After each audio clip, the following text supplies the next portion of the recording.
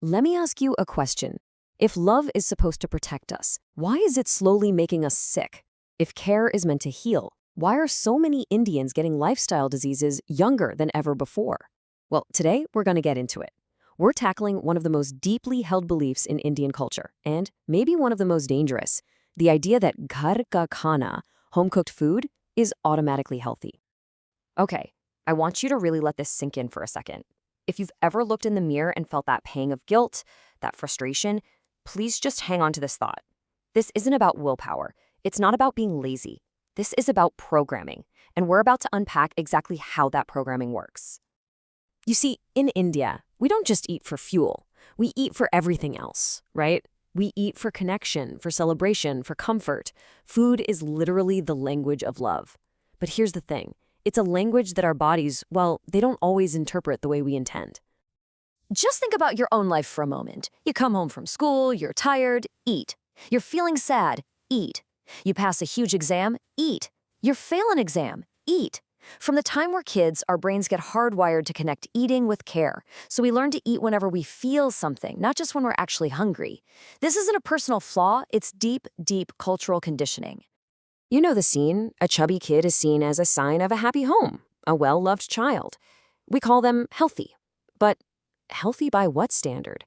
Because that same healthy child often becomes a teenager who can't run up a flight of stairs, and then all of a sudden, they're 30 and staring down the barrel of high blood sugar, blood pressure, or a fatty liver. And believe me, the line connecting those 2 points is way shorter and more direct than any of us want to admit. So, that's the culture piece. Now, let's switch gears and talk about biology, because here's a tough truth. Just because a food is traditional doesn't mean it's right for our modern, pretty sedentary lives. Our bodies are basically running on ancient software in a high-tech world, and there's a serious mismatch. For thousands and thousands of years, our ancestors' bodies evolved through times of feast and, more often, famine. They became masters at one thing, storing energy as fat. It was a brilliant survival tool. But today, that same body, designed for scarcity, is completely trapped in a world of 24/7 abundance. It's still frantically storing fat, preparing for a famine that, well, it never comes. To really get this, we have to meet the main character in this story, a hormone called insulin. Now, insulin is not the bad guy here. It has a super important job. Think of it like a delivery driver. When you eat, sugar, or glucose, enters your blood. Insulin's job is to pick up that sugar and deliver it to your cells so they can use it for energy. Simple, right? It's a crucial process. So here's how it plays out. You eat something, especially carbs. Your insulin levels go up to start making those deliveries. The sugar gets into your cells. But, and this is the absolute key, look at that final step. As long as insulin is high, your body's ability to burn its own stored fat is completely switched off. It literally cannot burn body fat when insulin is around. It will only burn the fuel that just came in. So what happens when we're eating all day long? Breakfast, then a mid-morning snack, lunch, a 4 p.m. chai and biscuit, then dinner. Our insulin levels are high pretty much all day. They never get a chance to come down.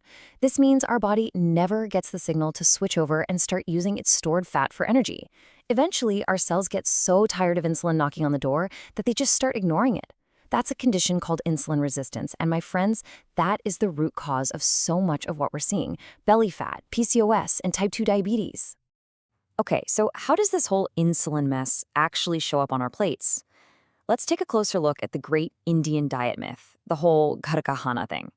It sounds so wholesome, but when you actually look at the nutritional breakdown, a totally different and kind of shocking story emerges. I mean, just look at this chart. It tells you everything you need to know. Look at that gigantic slice for carbohydrates. That's our rotis, our rice, our potatoes. It's the reason our insulin is spiked all day. Now look at the protein, that tiny little sliver. Protein is what builds our muscles, what keeps us feeling full and satisfied. Our diet is just fundamentally out of whack. And that is the heart of the problem. And if that chart wasn't clear enough, look at this staggering gap. For a 70-kilo person, a healthy amount of protein is well over 100 grams a day. Most of us, we're getting less than half of that. When your protein is that low, your body is constantly screaming for more energy, which is why you crave sugar, you snack all the time, and you start losing precious muscle. And losing muscle just slows your metabolism down even more. It's a truly vicious cycle. And this is how we set ourselves up to fail, meal after meal. So many of our classic comfort foods are just carbs stacked on top of more carbs. These combos are basically insulin bombs. They shoot your blood sugar through the roof, you get a quick energy rush, but then you crash just as fast. And because there wasn't enough protein or fat to keep you full, guess what? Hunger comes roaring back an hour or two later. So, if that's the problem, what on earth is the solution? Most people immediately think, okay, I just have to starve myself, eat less, suffer more. But that is completely 100% wrong. Let's actually talk about how fat loss is supposed to work. Your body is amazing. It basically has two different fuel tanks. The first tank is the food you just ate.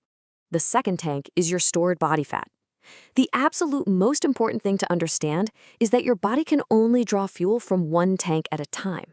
To even begin to tap into the second tank, your stored fat, two things have to happen. The fuel from the first tank has to be gone, and insulin levels have to be low. High insulin acts like a padlock on your fat stores. Constant eating keeps that tank locked up tight. This right here is the biggest mistake I see people make. They drastically cut their calories, thinking that's the answer.